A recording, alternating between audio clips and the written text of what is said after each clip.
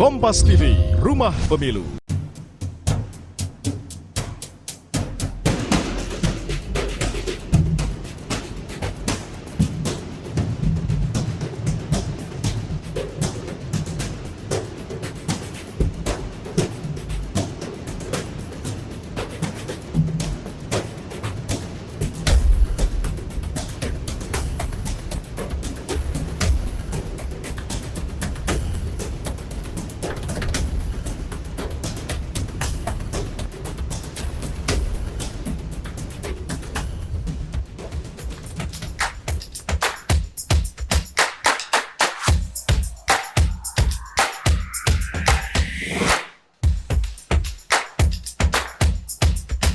Selamat datang dan selamat malam Pos Blok Jakarta.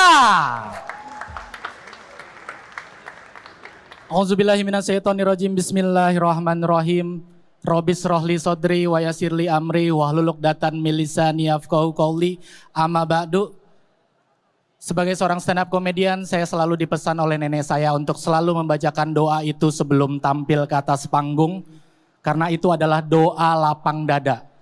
Alhamdulillah setelah saya baca itu penampilan saya selalu lancar. Lancar udah pasti, lucu belum tentu. Tapi malam ini kita mau membangun ambience yang santai, yang lucu. Kalau mau yang horor juga boleh sih. Karena saya yakin yang datang hari ini adalah orang-orang yang selama ini gemes sama Pak Anies. Pengen nyubit pipinya Pak Anies. Malam hari ini tidak kita perkenankan ya, mohon maaf. Karena ada ibu di situ, kita butuh izin ibu dulu. Boleh Bu, pipi Bapak dicubit? Jangan dong katanya. Tapi saya yakin yang datang hari ini semangat untuk mendesak Pak Anies. Tepuk tangan yang kurang menandakan hari ini bukan acara relawan. Karena biasanya kalau relawan disebut nama Pak Anies pasti semua tepuk tangan. Bagus, memang itu yang kita harapkan, karena kita mengundang Anda semua untuk menghujat Pak Anies di depan mukanya langsung. Biasanya kan cuman berani lewat sosmed ya kan. Kali ini depan orangnya langsung kita buka sebebas-bebasnya, seluas-luasnya, bebas banget kayak Harun Masiku. Malam hari ini acara ini digagas oleh Ubah Bareng, yang pengen ngasih ruang, ngasih tempat untuk teman-teman semua, anak-anak muda semua yang suka memberikan ide dan gagasan untuk tatap muka langsung bersama Bapak Anies Baswedan. Dan yang paling penting, yang masih punya keraguan, yang masih punya keresahan, yang masih bingung mau pilih siapa di 2024, malam hari ini Pak Anies akan menjawab keraguan itu. Pak Anies akan menjawab semua tudingan secara gamblang. Tepuk tangan untuk desak Anies. Nggak usah berlama-lama lagi, semua sudah pasti tidak sabar untuk menunggu sosok yang sudah kita tunggu selama ini. Beri tepuk tangan yang meriah dan sambutan yang meriah untuk Bapak Anies Baswedan.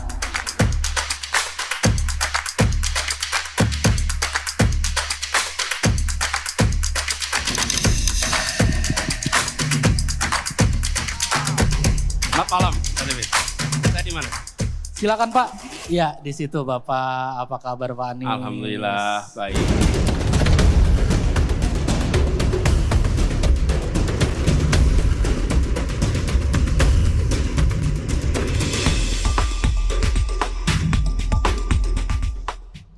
Bagaimana jika ke depan Pak Anies ditawari menjadi cawapres?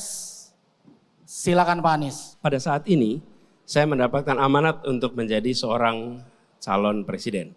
Saya menerima amanat itu dari Partai Nasdem, kemudian Partai Keadilan Sejahtera, dan kemudian Partai Demokrat. Saya tidak melamar, saya tidak mendaftar, dan saya mendapatkan undangan. Sebagaimana juga di 2016, saya tidak melamar, saya tidak mendaftar. Karena itu saya terima ini sebagai sebuah tanggung jawab. Itu sebabnya ketika saya tadi ditanya, apakah Anda siap 6 bulan, 7 bulan, 8 bulan sesudahnya, saya harus mengatakan siap. Karena pada waktu itu pun saya ditanya pertanyaan yang sama.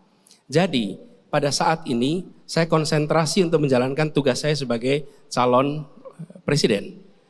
Ketika nanti ada tugas-tugas yang lain, selama saya mendapatkan tugas sebagai calon presiden, saya akan fokus di situ dan tidak pada posisi-posisi yang lain. Terima kasih. Wah, Pak Anies ternyata bisa juga ngomong singkat, padat, dan jelas ya, Bu. Soalnya yang terframing selama ini Pak Anies tuh kalau ngomong suka panjang, Pak. Ternyata bisa 1 menit, Pak ya. Tepuk tangan buat Pak Anies. Nanti di ujung saya akan ceritain kenapa kok ada yang framing begitu. Nah, itu dia. Tapi jangan sekarang, kalau sekarang nanti Anda berubah nanti. Yuk. Baik, kita masuk ke pertanyaan berikutnya, Pak. Banyak yang bilang Anda dijegal dalam kontestasi ini.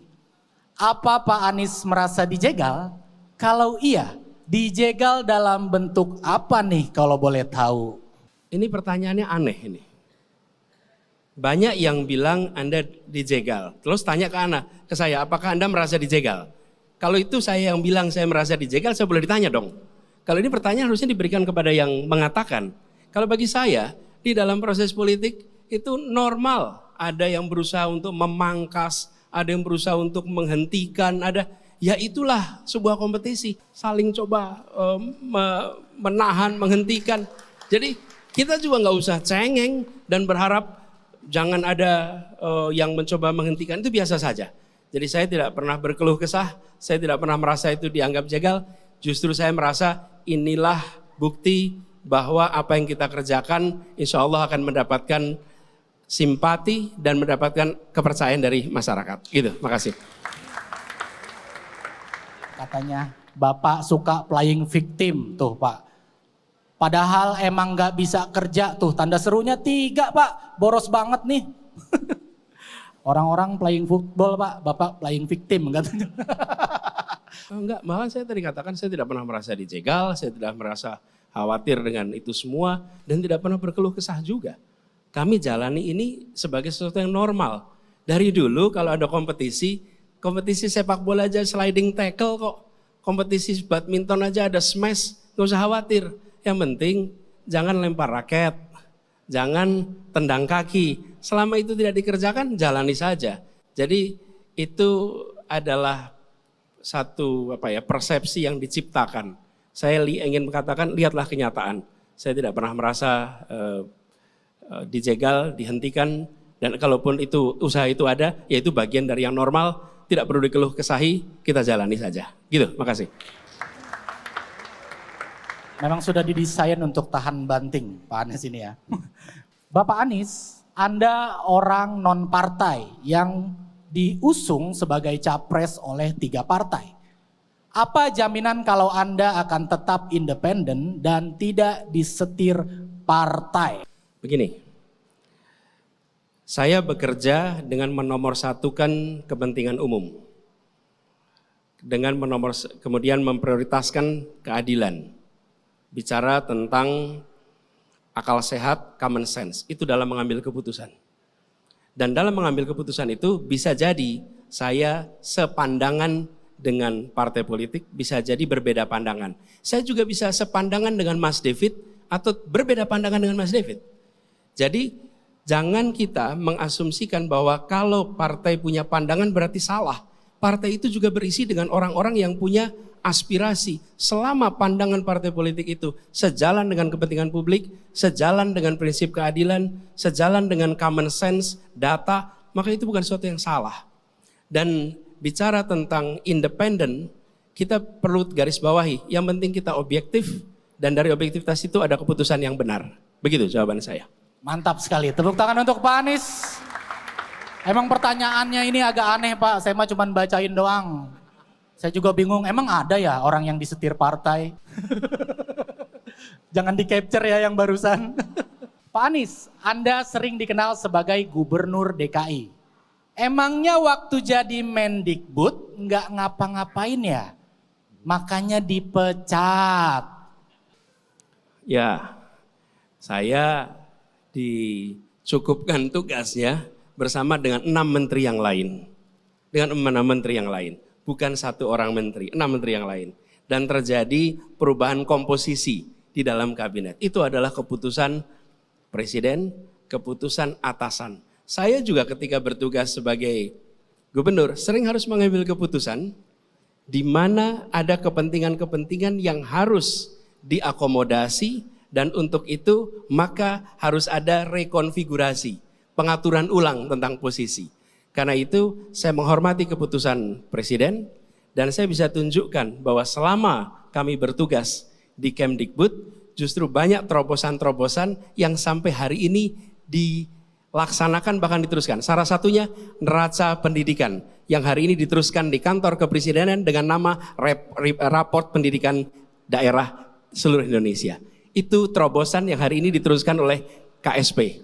Itu artinya apa? Baik kira-kira. Begitu jawabannya. Kalau sistem zonasi Bapak juga bukan Pak? Pak Anies, Bapak juga bukan kalau sistem zonasi? Nanti kalau saya sebut nanti dikutip seperti Pak Nadiem kemarin. Iya. Jadi nggak usah saya jawab aja Iya, dah. nggak apa-apa Pak, saya mah cuma melempar keresahan sebagai orang tua Pak. Karena saya resah sekolah anak saya nanti gimana Pak. Karena sekolah yang terdekat dari rumah saya itu sekolah nyetir Pak. Tapi boleh saya jawab sedikit nih sebagai itu kan entertainment. Zonasi itu gejala. Masalahnya adalah bangku yang tidak cukup. Selama jumlah bangku SD tidak sama dengan bangku kelas 1 SMP, tidak sama dengan kelas 1 SMA, pasti akan muncul problem jumlah tempat. Selalu. Ya, gejalanya adalah problem zonasi ini. Dan itu kan munculnya tiap awal tahun ajaran. Jadi selama bentuk jumlah bangku itu seperti piramida, yang dasar banyak, makin tinggi, makin sedikit bangkunya, makin sedikit bangkunya, maka situasi zonasi ini akan terjadi. Solusinya bukan hanya otak-atik gejalanya, obati masalahnya. Siapkan bangku sekolah yang cukup untuk setiap anak yang masuk SD bisa tuntas sampai SMA. Mantap! Ini sering juga ada meme di sosial media yang ditujukan untuk mempertanyakan program DP 0%. Pertanyaannya, program DP 0% itu sebenarnya jalan nggak sih Pak? Program itu jalan dan terobosan ini sekarang diikuti oleh swasta. Sekarang teman-teman bisa menyaksikan banyak sekali tawaran-tawaran kepemilikan rumah dengan menggunakan prinsip 0 rupiah. Ini adalah sebuah program yang menawarkan skema pembiayaan di mana orang yang bisa menabung atau orang yang tidak bisa menabung untuk bayar DP, mereka diberi keleluasaan. Dan di Jakarta, program ini berhasil memfasilitasi orang-orang yang dulunya kontrak, sekarang menjadi punya rumah. Ketika mereka punya rumah, maka mereka punya aset dan naik pendapatan kekayaan mereka karena nilai rumahnya bertambah. Program DP 0 rupiah mensuplai kira-kira 50-60%, nanti angkanya harus dicek, dari suplai rumah yang dilakukan di Jakarta selama 4 tahun terakhir ini. Jadi bukan hanya jalan, prosentase rumah baru DP itu sangat besar di Jakarta. Terima kasih. Jangan tenang dulu Pak Anies, ada lagi nih capturean dari teman-teman tuh. 0 besar, bukan 0% Pak, katanya 0 besar. Tulisannya kapital semua lagi tuh Pak. Yang gaji di atas 7 juta dapat subsidi gratis DP rumah 0%. Yang gaji UMR dapat apa? Tiket masuk surga tuh. Pak Anies lagi mangap. Saya jawab ya. Ya. Di Jakarta ini, rumah apartemen, rumah susun itu yang menengah ke atas itu suplainya banyak. Itu disuplai lewat pasar. Mereka yang UMR ke bawah menyewa. Tapi di Jakarta problem terbesar adalah mereka yang bukan miskin tapi juga tidak kaya. Mereka ini di mana rentangnya? Rentangnya antara UMR 4,7 juta sampai 15 juta. Kelompok inilah yang paling sulit mencari rumah. Inilah yang kemudian kita siapkan program DP 0 rupiah. Orang yang penghasilan di atas 15 juta dilayani lewat pasar, usaha-usaha properti mereka melayani yang di atas 15 juta. Kemudian rusun-rusun pemerintah melayani yang di bawah UMR. Yang di tengah ini selama berdekade-dekade tidak pernah diberikan perhatian oleh pemerintah. Mereka punya hak yang sama dan banyak dari mereka adalah kaum milenial yang sudah sekolah tinggi tapi tidak pernah bisa mendapatkan rumah di sekitar Jakarta. Itu yang kita fasilitasi dan kita berharap dengan begitu mereka tidak harus tinggal 2 jam dari tempat mereka kerja tapi bisa dapat tempat yang layak di Jakarta. Jadi itu jawabannya. Makasih.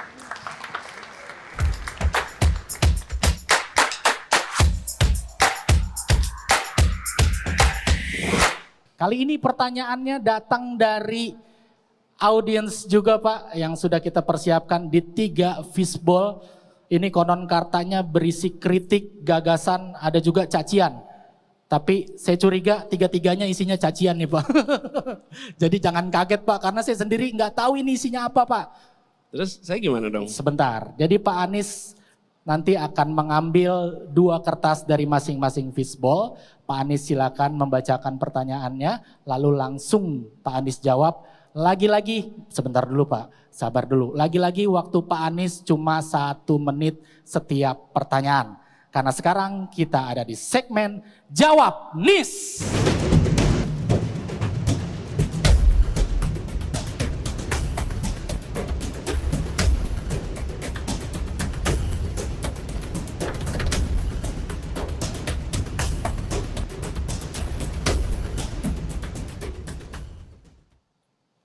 Baik, silakan kita menuju ke fishbowl nomor 1.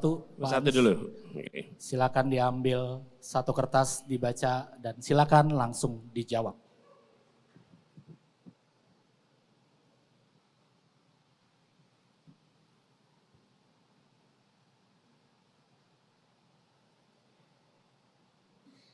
Oke. Apa yang Bapak akan lakukan untuk membuat pendidikan tinggi aksesibel? Silakan Pak. Timernya dong. Iya dong, kita kasih timernya. Nah, udah jalan sekarang timernya. Gini, pendidikan tinggi adalah eskalator. Siapapun yang naik ke sana, dia mendapatkan kesempatan naik kelas secara sosial ekonomi. Karena itu pendidikan tinggi harus bisa diikuti oleh siapa saja yang memiliki kompetensi, lulus seleksi berdasarkan meritokrasi. Negara yang harus membiayai. Pendidikan tinggi itu mahal. Seperti pernah saya sampaikan, education is expensive, but stupidity is more expensive. Karena itu pendidikan tinggi harus didanai oleh pemerintah agar anak siapa saja bisa kuliah ketika dia lolos seleksi berdasarkan meritokrasi. Negara hadir membiayai pendidikan tinggi untuk bisa diakses siapa saja. Itu yang akan dilakukan. Mantap. Silakan diambil kertas yang kedua Pak. Nanti saya aja Pak yang bacain Pak. Bapak siap-siap minta timer aja. Jangan panik ya teman-teman di monitor ya. Sini Pak, saya bantu Pak. Pertanyaan berikutnya.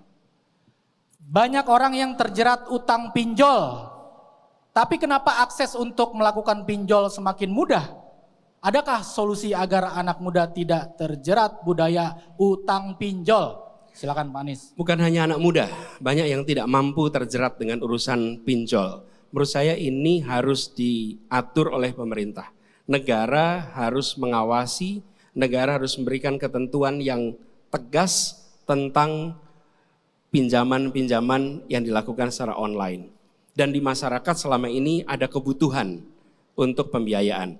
Tapi yang lebih penting sesungguhnya adalah membuat orang bekerja dan orang punya tabungan.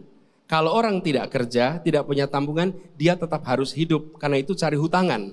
Jadi bukan hanya menyelesaikan soal pinjamannya, tapi menyediakan lapangan pekerjaan yang layak sehingga bisa menabung, itu solusi yang permanen. Tapi yang lebih penting menyiapkan lapangan pekerjaan supaya orang punya pekerjaan dan punya tabungan. Itu yang lebih penting. Terima kasih. Mantap banget, tepuk tangan buat Pak Anies. Salah satu lagi yang bikin pinjol merajalela adalah judi slot Pak. Jangan ketawa-tawa aja, main kagak lo? Tawa-tawa. Itu juga harus diberantas Pak. Judi slot harus diberantas. Apalagi kalau mainnya di ruang rapat paripurna.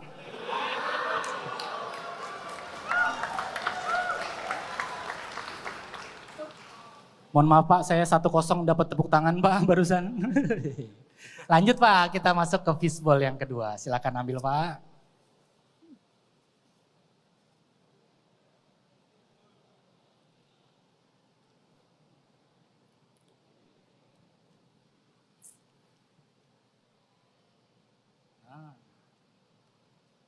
Oke, pertanyaan ini pasti ada di kepala kita semua.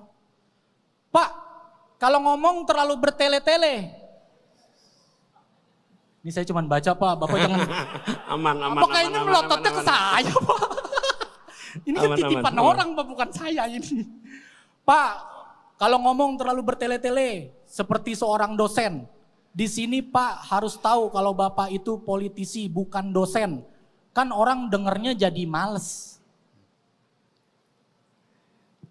Dalam forum ini baru saja ditunjukkan bahwa pesan itu bisa disampaikan dalam 1 menit. Dan insya Allah bisa dipahami. Karena itu saya juga berharap dengan adanya forum ini akan terjawab bahwa pencitraan itu dijawab dengan kenyataan. Bahwa persoalan rumit bisa disampaikan dalam kurang dari 1 menit. Dan ini selesai dalam 38 detik. Terima kasih. Emang jago nih. Kalau Bapak jadi presiden ada 1 lapangan pekerjaan yang hilang Pak. Mau tahu nggak apa Pak? Apa tuh? Penulis pidato presiden.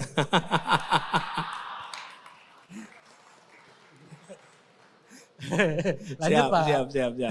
Nanti kita undang David aja jadi penulis. Hah? Nanti banyak punchline ya Pak. Tapi kalau Bapak butuh pantun saya siap nyediain. Kan tadi udah nyebut paripurna. Besok ada paripurna DPR. Iya. Yuk. Maksud Bapak, saya diapain gitu Pak. Lanjut. Nih Pak, dengerin baik-baik Pak. Pak Anies, pergerakannya kurang masif. Banyak masyarakat yang masih bertanya-tanya apakah Bapak benar serius nyapres atau tidak.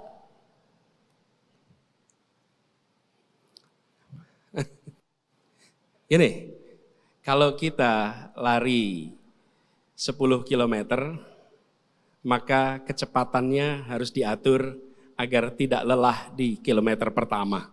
Tidak lelah di kilometer kedua, tapi jaga staminanya sampai kilometer ke 10. Kami adalah pribadi yang pertama kali dicalonkan bulan Oktober tahun 2022. Sementara Pilpres itu adalah bulan Februari 2024. Jadi secara hitungan waktu itu panjangnya kira-kira 17 bulan. Apabila 17 bulan itu dihabiskan di bulan-bulan pertama, habis tenaganya. Jadi berjalan yang konstan, yang stabil, semoga bisa sampai di finish dengan kecepatan yang tinggi. Itu jawabannya. Jadi Pak Anies tidak suka lari? Saya cuma tanya lo ketawa. Jadi Pak Anies tidak suka olahraga? Tidak suka jogging keliling Indonesia? Gini, saya nggak menyindir siapa-siapa ya gitu kan. Saya kan juga cuma nanya Pak. Gitu ya. Pak Anies lebih suka jalan tadi ya kan. Ya nggak apa-apa juga sih Pak, kan hobi tergantung orang. Iya betul. Ya. Oke, lanjut Pak.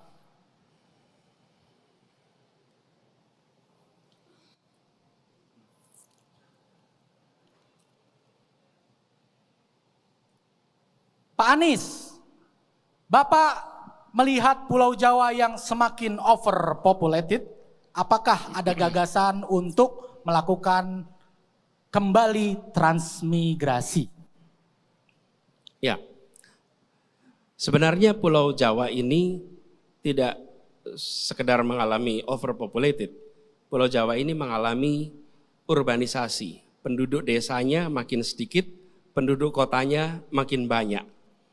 Jadi masyarakat yang tinggal di desa untuk sejahtera harus ke kota. Indonesia hari ini 56% penduduk tinggal di perkotaan. Jadi menurut saya solusi yang dibutuhkan bukan memindahkan ke luar Jawa, tapi menyiapkan lapangan pekerjaan yang cukup di pedesaan maupun di perkotaan. Sehingga mereka bisa hidup dengan baik. Dimanapun mereka berada, baik di Sumatera, di Jawa. Ini berbeda dengan tahun 70-an, di mana Sumatera, Sulawesi, dan lain-lain masih kosong penduduknya. Pada saat ini, di sana pun sudah mulai tumbuh. Jadi yang penting siapkan lapangan pekerjaan di kota, di desa, sehingga untuk sejahtera tidak perlu migrasi. Makasih. Wah, ternyata Pak Anies sangat concern sekali tentang Jawa Pak ya. Saya lihat juga Instagramnya Pak Anies, di highlight story-nya tuh masing-masing dibikin kota per kota ya. Yang follow Pak Anies boleh minta tepuk tangan? Banyak. Dibikin kota tuh Pak ya, ada Brebes, Tegal, Salatiga. Ya, betul. Saya khawatir tuh Pak, kan Bapak capres nih. Saya khawatir ada orang awam aja tuh yang ngira Bapak akun travel. Udah ada yang DM nanya trip ke Karimun Jawa belum? udah nanya ke Kepulauan Seribu sih. Udah ke Pulau Seribu ya Pak. Lanjut Pak, satu lagi di fishbowl nomor 3.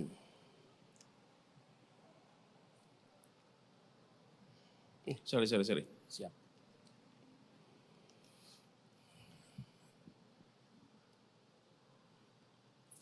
Pak Anies, memangnya aman berkoalisi dengan partai yang bukan bagian dari pemerintah? Memangnya ini negeri yang berbahaya untuk warga negaranya sendiri? Tidak. Ini adalah negeri yang tidak membahayakan. Kenapa jadi merasa tidak aman? Ini adalah partai-partai politik yang legal. Ini adalah organisasi yang sah dan tidak seharusnya berada di posisi oposisi kemudian merasa terancam apalagi punya rasa takut. Dan sudah saatnya kita membuktikan bahwa di Republik ini merdeka untuk menentukan pilihan di mana saja, oleh siapa saja, dengan partai apa saja. Gitu. Udah. Sudah Pak, Udah, cepet cukup banget. 38 detik. Waktunya masih 16 Pak, 16 Udah selesai. detik. Bapak Udah masuk selesai. ke babak bonus kalau gitu. Pak Anies mungkin dari tadi di kepalanya berpikir, saya jawab pertanyaan mulu ada hadiahnya kagak nih? Tenang Pak, nanti panitia, minta aja ke Siap. panitia hadiahnya apa. Oke, kita sudah selesai di segmen kedua, Jawab Nis.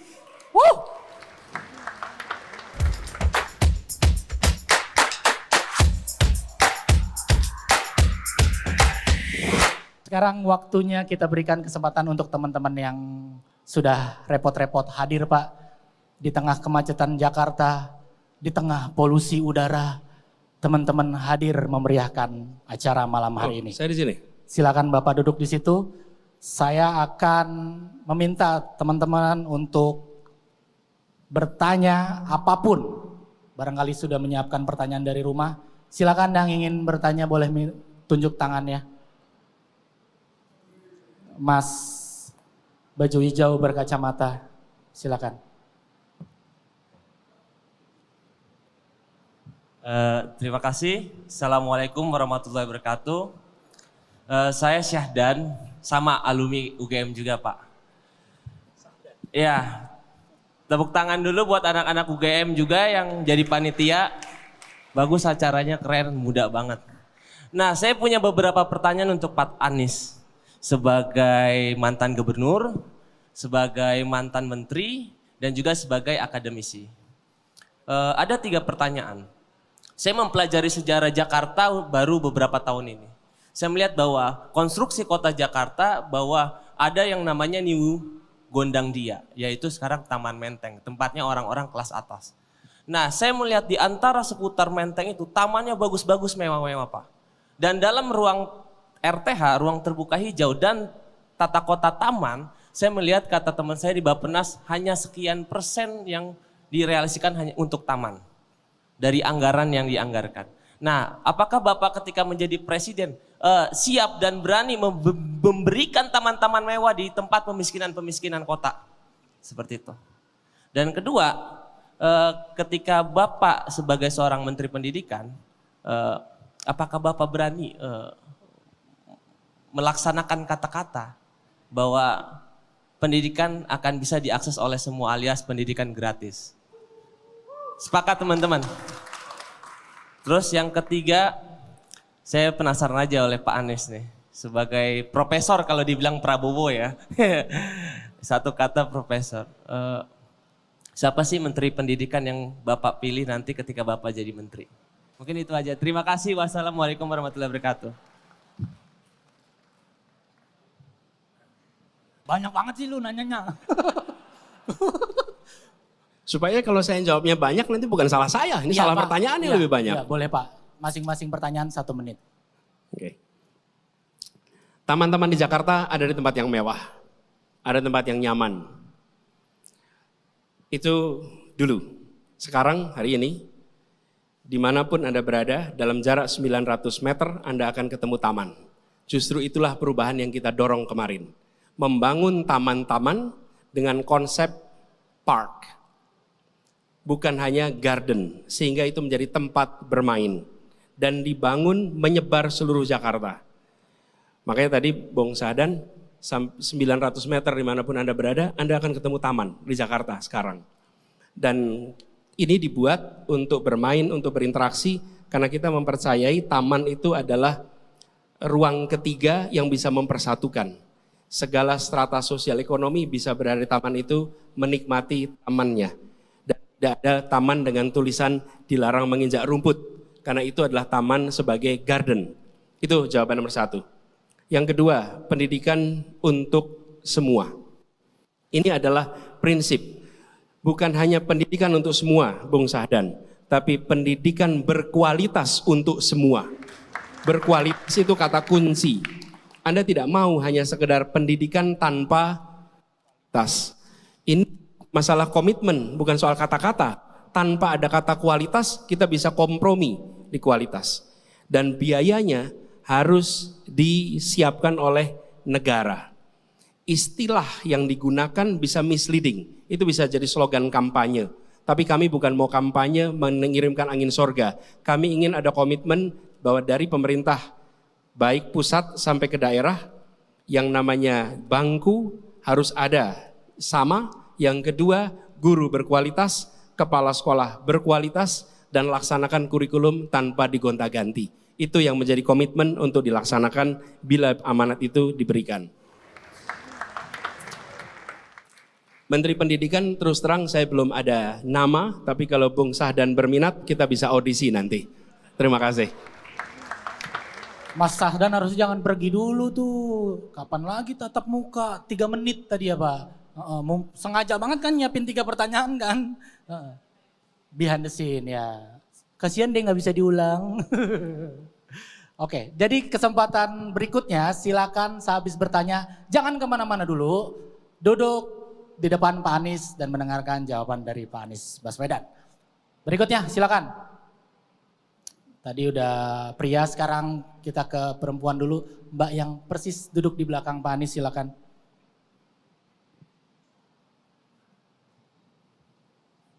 Halo, selamat malam Pak Anies. Saya Novita Natalia, saya co-founder Bicara Udara. Kita tahu Bicara Udara. Kita tahu sekarang isu polusi udara sedang naik. Dan pada beberapa tahun yang lalu terjadi gugatan koalisi ibu kota yang menggugat salah satunya adalah ketika Bapak menjadi Gubernur DKI Jakarta. Itu aja pertanyaan saya. Gini, bicara tentang kualitas udara di Jakarta, itu ada data yang menunjukkan satu saat kita sangat kotor, satu saat kita bersih, dan ada bersih sekali.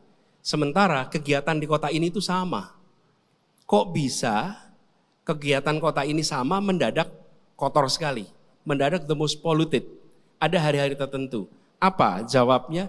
Jawabnya adalah polusi udara yang terjadi di luar Jakarta, yang bergerak karena angin, dia masuk ke Jakarta. Ketika anginnya berhembus ke Jakarta, maka indikator di Jakarta akan nyala dan menunjukkan polusinya tinggi. Ada pilihan, kita tidak memasang alat indikator itu. Tapi kami tidak, kami memilih untuk memiliki lebih bahkan. Karena sama seperti COVID, COVID itu nggak ada karena nggak ada testingnya, kita milih ada testing. Nah ini harus diselesaikan di luar wilayah Jakarta. Di Jakarta sendiri turunkan emisi mobil, kendaraan, kemudian taman, dan untuk di luar adalah transisi ke energi yang bersih karena sumber-sumbernya itu pada pembangkit listrik tenaga batu bara. Terima kasih. Sudah puas dengan jawabannya Mbak? Kalau mau didebat lagi, ayo kita kasih Pak Anies obstacle yang susah dong. Sudah cukup? Oke, kita lanjut ke pertanyaan berikutnya. Nah, Mas, ya.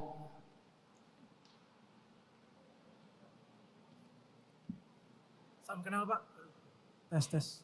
Salam kenal, saya Aldi Pak. Aldi. Saya itu tahun 2019 saya sebagai co-foundernya Kita Satu, relawan milenial Pak Jokowi Amin. Pertanyaannya saya simpel, Pak.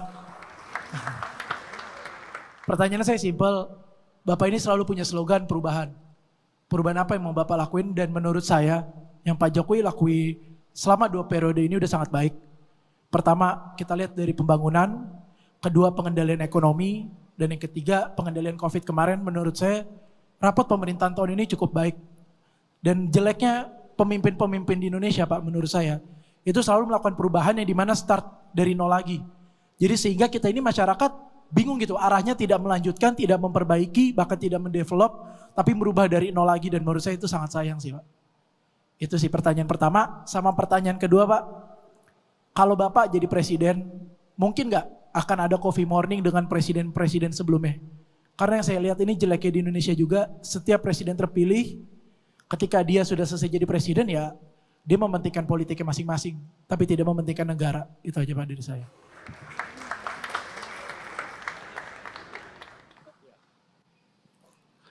Saya rasa kesempurnaan itu hanya milik Tuhan. Dan kita tidak berhak mengklaim sempurna. Akan selalu ada ruang untuk perbaikan, perubahan. Dan jawaban paling sederhana adalah sektor-sektor yang sangat mendasar kepada kebutuhan publik, itulah agenda perubahan yang paling utama. Di mana? Sektor pertanian, sektor peternakan, sektor perkebunan, sektor perikanan. Di 4 itu, sampai dengan hari ini pupuk terus-menerus menjadi masalah. Harga pangan di rumah-rumah masih terus mahal. Bicara tentang peternakan, peternakan menengah kecil berguguran, berjatuhan. Bicara tentang perikanan, tanya kepada para nelayan, bagaimana kondisi hidupnya? Berat sekali. Bicara tentang perkebunan, sama. Tata niaga di sana belum tersentuh. Bila kita ingin harga lebih mahal dan tetap mahal, kebutuhan pokok yang tetap tinggi, kemudian pasokan tetap tinggi, maka tidak ada perubahan. Tapi bila itu ingin lebih murah, maka izinkan kami melakukan perubahan untuk aspek itu. Coffee morning, tentu saja sangat terbuka, sangat memungkinkan dan itu harus dikerjakan. Yang penting yang mau diundang datang. Kadang-kadang sering problemnya bukan pada pengundang, problemnya ada pada yang diundang. Karena itu kami berharap nanti setelah selesai, presiden yang sudah selesai mengabdi berkenan untuk hadir dalam undangan presiden yang berikutnya. Terima kasih. Saran dari saya Pak, selain Presiden Republik Indonesia juga coffee morning juga dengan Presiden FIFA Pak. Untuk mengklarifikasi semua polemik yang terjadi ya Pak. Kalau FIFA sih malah friend kelihatannya. Iya, friendly. Ya, nanti kita undang ketua PSSI juga. Gitu. Ih, si paling berani. Gokil. Oke berikutnya. Harus seimbang nih, tadi udah 2 pria, 1 wanita. Oh, Mbak, yang iya silakan Mbak, yang berhijab dan berkacamata, iya.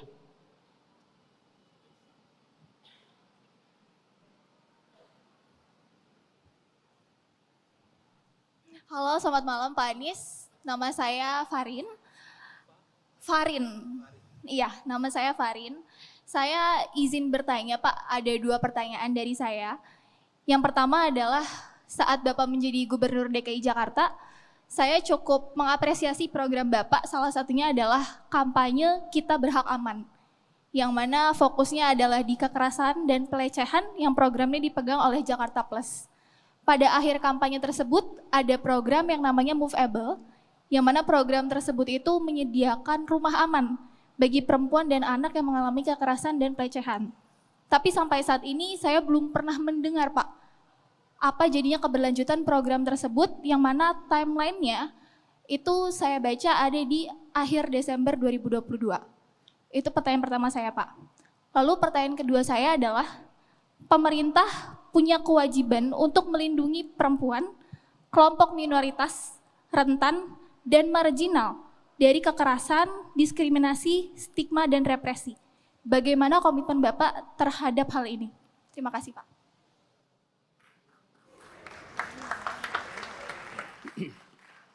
Makasih Farid. Jadi ada 4 kelompok yang saya melihat harus jadi prioritas untuk merasa aman di masyarakat. 1 adalah perempuan, khususnya ibu hamil. yang kedua adalah anak-anak, yang ketiga adalah lansia, dan yang keempat adalah penyandang disabilitas. Ini seringkali menjadi urusan yang tidak menarik untuk diambil di dalam wilayah keputusan politik. Karena tidak bisa ditunjukkan fotonya. Lain dengan ketika kita membuat infrastruktur, bisa kelihatan fotonya. Yang ini adalah rasa aman yang dibuat. Dan itu yang kami kerjakan. Dan kemudian kita memastikan pekerjaan ini nggak bisa dikerjakan sendirian. Bekerja sama dengan NGO, bekerja sama dengan aparat penegak hukum, bekerja sama juga dengan kampus dan peneliti-peneliti. Dan itu yang kita kerjakan. Insya Allah saya berharap program ini bisa dijalankan terus. Dan inilah salah satu contoh barangkali terobosan yang harus bisa dilakukan continuity-nya. Dan kedua tentang perlindungan bagi kelompok ini semua. Seperti saya sampaikan tadi, perlindungan kepada masyarakat itu bukan karena latar belakangnya. Republik ini tidak didirikan untuk melindungi minoritas. Republik ini tidak didirikan untuk melindungi mayoritas. Republik ini didirikan untuk melindungi setiap anak bangsa. Tak peduli latar belakangnya, tak peduli kondisinya. Karena itu jangan gunakan istilah itu. Pendiri Republik ini tidak pernah menggunakan istilah ukuran. Minoritas dan mayoritas itu ukuran. Besar sama kecil. Pendiri Republik ini menggunakan istilah golongan. Republik ini tidak didirikan untuk golongan tertentu. Karena golongan tidak mengimplikasikan ukuran. Tapi mengatakan minoritas, mengatakan mayoritas itu ada ukurannya di situ. Dan kami melihat Indonesia harus terus objektif, melindungi semua, bukan melindungi sebagian. Itu komitmen yang sudah saya katakan sejak dulu dan akan saya lanjutkan terus dimanapun bertugas. Terima kasih. Sudah cukup atau mau ditanggapi Boleh lagi? dijawab? Cukup. Boleh dijawab sedikit? Boleh. Oke, mungkin sedikit ya Pak. Berarti terkait program yang saat Bapak menjadi Gubernur DKI, apakah berarti sampai sekarang memang belum ada? Saya Atau berharap Bapak itu belum terus, ya. Kan begini, kewenangan saya berhenti di bulan Oktober. Kewenangan saya berhenti di bulan Oktober. Termasuk ketika bicara tentang Plus Jakarta. Sesudah itu penerus saya tidak bisa memaksa. Tapi saya berharap yang memberikan manfaat itu diteruskan. Dan saya berharap teman-teman seperti Farih ikut mengawal. Karena yang mengawal program bermanfaat adalah para penerima manfaatnya. Terima kasih. Mungkin terakhir Bapak, ya saya sepakat juga ya bahwa negara ini juga hadir untuk melindungi semua rakyatnya. Tapi tidak bisa kita pungkiri semuanya bahwa kelompok-kelompok rentan, kelompok-kelompok marginal akhirnya masih sering ditutup mata dan dilupakan bahwa mereka juga memiliki struggle-struggle yang tidak semua orang miliki. Terima kasih Pak. Noted, makasih. Si paling nanya mbaknya. Udah kayak dosen pembimbing Bapak di depannya. Banyak banget pertanyaannya. Oke, ini saya kasih satu kesempatan terakhir. Satu pertanyaan, tapi yang paling pedes. Dari tadi saya belum nemu yang paling pedes. Masih pertanyaan yang aman-aman aja. Coba tanyakan ke dalam diri Anda apabila Anda ingin bertanya. Kira-kira pertanyaan ini akan membuat saya tidak bisa tidur. Kalau masih bisa, turunkan tangan Anda. Saya butuh satu penanya yang tajam dan kritis. Ya, silakan Masnya.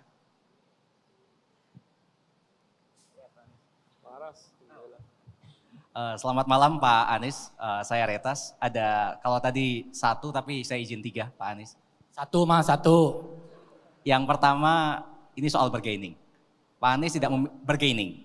Pak Anies tidak memiliki partai politik, tidak memiliki organisasi massa yang cukup besar, dan tidak memiliki kapital yang cukup. Apa bargaining Pak Anies di hadapan para partai politik yang mendukung Pak Anies di masa mendatang ketika permintaan-permintaan mereka berbeda dengan aspirasi rakyat yang memilih Pak Anies di masa yang mendatang? Yang kedua. Cukup Mas, satu. Oke. Satu boleh Mas. Pak Anies? Yo. Boleh. Yang kedua. Oh, Pak Anies selalu Kalau saya sih boleh aja. Pak Anies selalu mengatakan soal keadilan. Dan Indonesia punya tujuan untuk mewujudkan keadilan sosial. Apa langkah konkret dari Pak Anies untuk nanti mewujudkan keadilan sosial bagi rakyat Indonesia? Karena sekarang pemerataan itu belum dirasakan oleh banyak penduduk di Indonesia saat ini. Yang terakhir Pak Anies, ini soal mega-mega proyek. Indonesia saat ini memiliki banyak mega proyek yang kalau dilanjutkan bisa jadi membebani APBN kita yang cukup besar, tapi kalau di stop kita sudah keluar cukup banyak, maju kena, mundur kena. Apa yang akan Pak Anies lakukan terhadap mega-mega proyek tersebut secara konkret? Terima kasih Pak Anies. Ya. Bung Retas,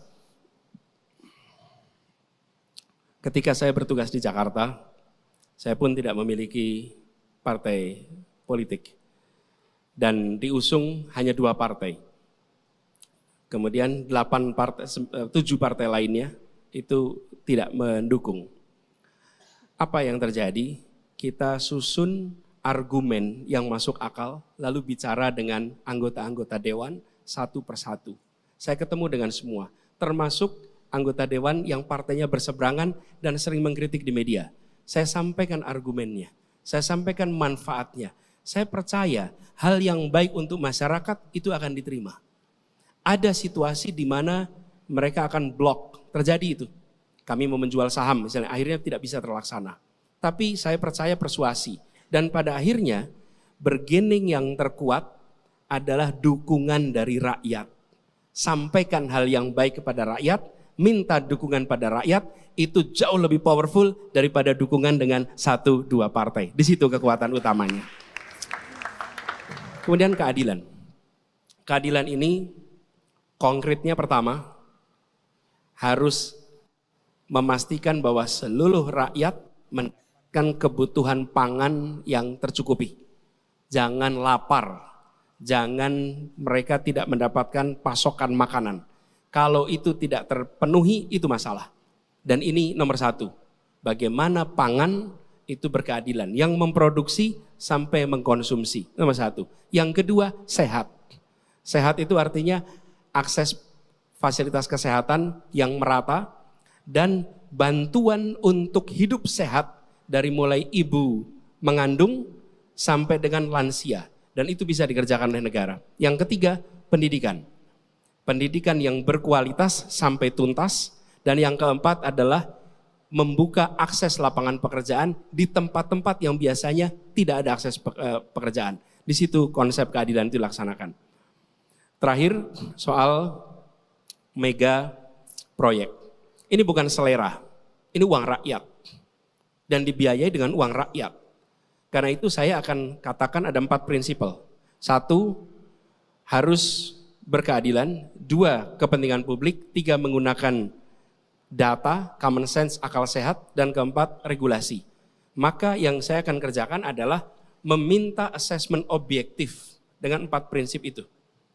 Di tiap-tiap hal yang dianggap problematik. Kalau tidak problematik, jalan terus. Tapi bila dianggap problematik, lakukan assessment, lalu laporkan kepada publik. Jadi bukan selera seorang presiden terpilih atau selera seorang menteri yang baru ditunjuk. Tapi ini dikerjakan oleh tim yang transparan, laporkan kepada publik, apa solusinya, bahas dengan publik, sehingga ketika itu dijadikan keputusan, maka publik tahu bahwa uangnya tidak sia-sia. Begitu jawabnya, makasih. Oke, cukup ya. Wah, gak tertib nih masnya nih, tadi bilangnya 1. Kalau Pak Anies mah emang demen ngomong. Tuh, dia nuduh terus ya tadi udah ngomong. Dia lebih banyak ngomong dari saya dari tadi. Nah, iya Pak, maksudnya tadi tertib Pak 1 ya. Saya ini ngomong dibatasin. David ngomong gak pernah dibatasin, gak ada menitnya buat David. Ya udah, ayo timer hidupin yuk. Ini 1 pertanyaan terakhir. Cepet-cepetan angkat tangan. Ya sabar dulu Bu, tunggu aba-aba dari saya Bu. Cepet-cepetan angkat tangan dan pertanyaannya kalau ngerasa nggak pedes, udah jangan nanya. Kita butuh yang pedes. Semacam mega proyek tadi tuh, pedes tuh. Ya. Pokoknya kalau tidak selevel mega proyek, enggak. Sabar dulu. 3, 2, 1. Turun dulu. 3, 2, 1. Ya masnya, buset kayak nonton dewa lu. Pakai flash. Yuk, 1 pertanyaan tertib ya tolong. Ya.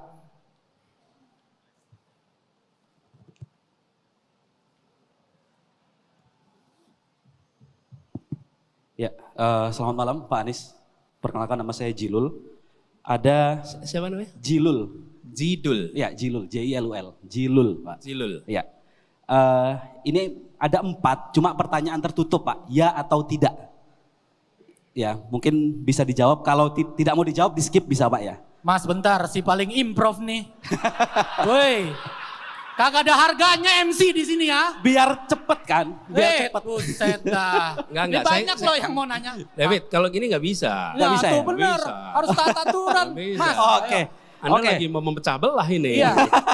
Mas, Oke Pak, pendapat saja mungkin Pak ya. satu mas ya. Ya, dua ya. Satu, nawar. Ini terkait dengan agenda gerakan masyarakat sipil dan anak-anak muda selama periode kepemimpinan ini Pak. Ada dua hal yang selalu dituntut dan diprotes. Satu, Omnibus Law. Dua, revisi Undang-Undang KPK. Nah, bagaimana sikap Pak Anies atau mungkin komitmen Pak Anies ketika nanti terpilih sebagai presiden di 2024? Itu saja Pak, terima kasih. Cakep. Bung Jilul, terima kasih. Jadi apa sih tantangan utama tentang dua undang-undang ini? Tantangan utamanya adalah tidak memberikan kesempatan untuk perdebatan luas sebelum ini dibahas di Dewan. Dan tidak banyak kesempatan untuk pro dan kon ketika ini sedang diperdebatkan. Sesudah diketetapkan baru terjadi perdebatan. Jadi kalau saya akan lebih cenderung berdebat dulu, keras dulu di situ, baru nanti jadi ketetapan. Dan itu semua yang saya lakukan di Jakarta. Karena itu saya selalu sampaikan, di Jakarta itu kebijakannya prosesnya panjang tarik menarik, tapi sesudah tok diputuskan semua terima. Nah itu juga yang saya akan lakukan kepada aturan-aturan yang kemarin dianggap problematik. Panggil semua pihak yang berdebat, supaya cari jalan keluarnya. Negara itu nanti bisa memfasilitasi. Tapi bukan selera. Oh karena saya pengganti, saya batalkan. Oh saya mati. Bukan. Karena ini bukan soal membatalkan. Ini menghadirkan peraturan lebih baik yang memberikan rasa keadilan bagi semuanya. Bukan hanya dua ini. Tapi peraturan-peraturan lain yang dianggap problematik. Seperti soal agraria. Seperti juga soal ketenaga kerjaan. Jadi oke, cukup 1 menit. Akan ada peluang revisi berarti Pak ya? Selalu, tidak hanya pada dua ini. Semua undang-undang ada peluang untuk revisinya. Thank you. Terima kasih. Oke, mantap. Mas David, Gimana Pak? ini orang pertama yang ngasih salaman sama saya. Nah, wih yang tadi. Terima Wih, kasih, Apa Mas. kabar lu? Habis nanya langsung pergi, buset. Dan Mau ini diulang? tangannya tidak dingin. Oh aman Pak. Jadi dia nggak tegang tuh. Iya. Keren. Mohon maaf ya Mas, nggak bisa 4 ya. Si paling 4 pertanyaan. Baik Pak Anies, sudah cukup Pak. Waktunya Pak. Siap. Mohon maaf kan tadi emang Bapak bilang saya nggak dibatasin. Terus terang saya juga pengennya cepet-cepet Pak, buru-buru. Bener Pak, ayo kita berdiri sama-sama Pak. Udah. Kalau Ini Bapak saya Pak, udah selesai. Ini. Sudah selesai Pak. Kalau Bapak makan enak ngajak istrinya kemari. Saya udah ditanyain Pak sama istri saya di rumah. Disuruh ganti galon. Boleh Pak, mari kita ke depan sama-sama Pak. Gimana Pak perasaannya? Perasaannya ya kayak jawab pertanyaan aja pertanyaannya. Ya jawab pertanyaannya. Kayak jawab pertanyaan. Udah cukup pedes nggak menurut Bapak dari sekian banyak orang yang nanya tadi? Gimana? Kalau menurut teman-teman gimana?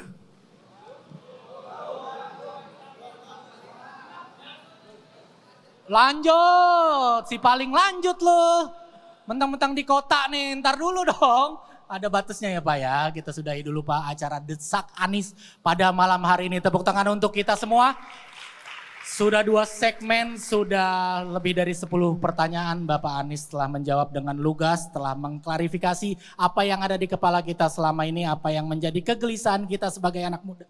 Sebagai anak muda, apa yang menjadi keresahan kita sebagai anak muda, langsung dijawab dengan lugas dan diklarifikasi oleh Pak Anies Baswedan. Nah sekarang kita kasih kesempatan untuk Bapak, sekarang saya kan tadi udah ngomong terus nih Pak kata Bapak. Nah Ya. saya berhenti ngomong, silakan Bapak mau ngomong apa dan enggak saya kasih timer. Ini masa nggak dikasih timer? Iya, tapi jangan panjang-panjang juga Pak. Siap. Silakan tepuk tangan untuk Pak Anies Baswedan. Terima kasih teman-teman semua yang sudah ikut hadir di sini, ikut memberikan pertanyaan.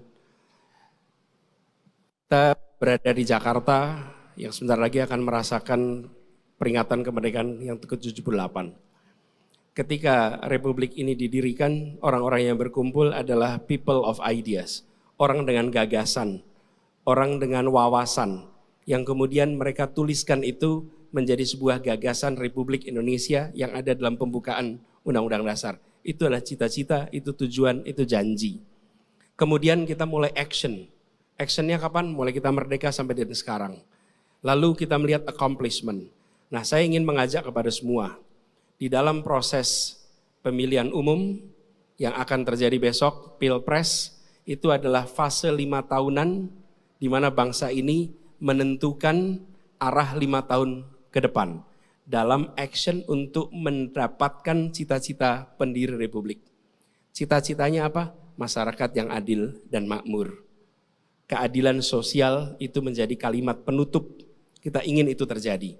Nah, karena itu saya mengajak kepada semua, mari menilai gagasannya, menilai actionnya yang sudah dikerjakan oleh tiap-tiap kandidat yang ditawarkan kepada kita. Lihat rekam jejaknya dan ditambah lagi accomplishment-nya. Gagasan, action, accomplishment. 3 itu disandingkan. Lalu pilih yang menurut kita rekam jejak 3 aspek itu paling bisa membawa Indonesia lebih baik. Karena disitulah kita menentukan pilihan. Bukan atas apa yang dikatakan orang tentang si calon, tapi penilaian kita tentang si calon. Saya bisa dinilai berdasarkan kata orang, dan bila orang itu menyukai, maka penilaiannya katanya akan baik. Bila dia tidak menyukai, maka kita akan dengar kata yang negatif.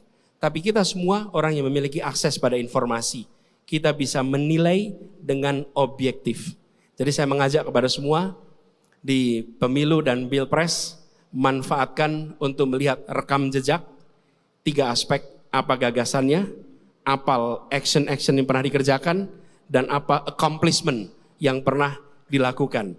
Dari situ kita bisa memprediksi, bila minim gagasan, besok juga akan minim gagasan. Bila minim action, besok juga minim action. Bila minim accomplishment, besok juga akan minim accomplishment. Tapi bila kemarin banyak gagasan, besok akan banyak gagasan. Kemarin banyak action, besok banyak action. Kemarin banyak accomplishment, besok akan banyak accomplishment. Rekam jejak menjadi dasar untuk memilih, memproyeksikan ke depan. Itulah harapan kami, di mana saya sebagai salah satu yang mendapatkan amanat untuk menawarkan 3 itu. Kami sampaikan rekam jejaknya, kami sampaikan gagasannya.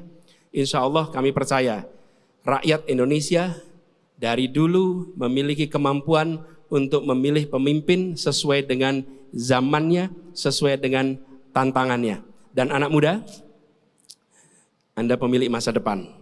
Pemilu bukan tentang masa lalu. Pemilu bukan tentang yang kemarin. Pemilu pilpres adalah tentang masa depan.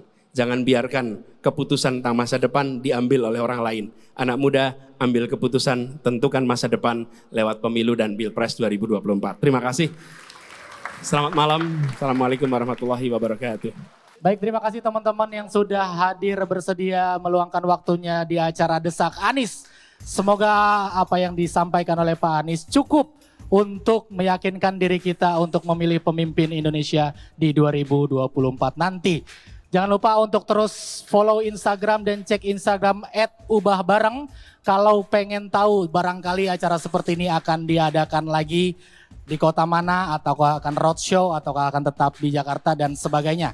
Silakan di follow @ubahbareng. Instagramnya @ubahbareng.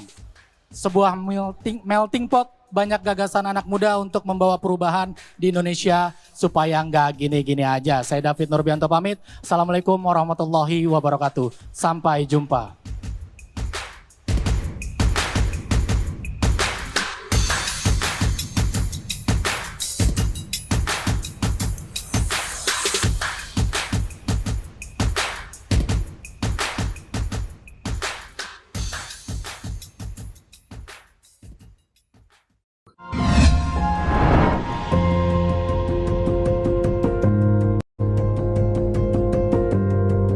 Kompas TV, Rumah Pemilu.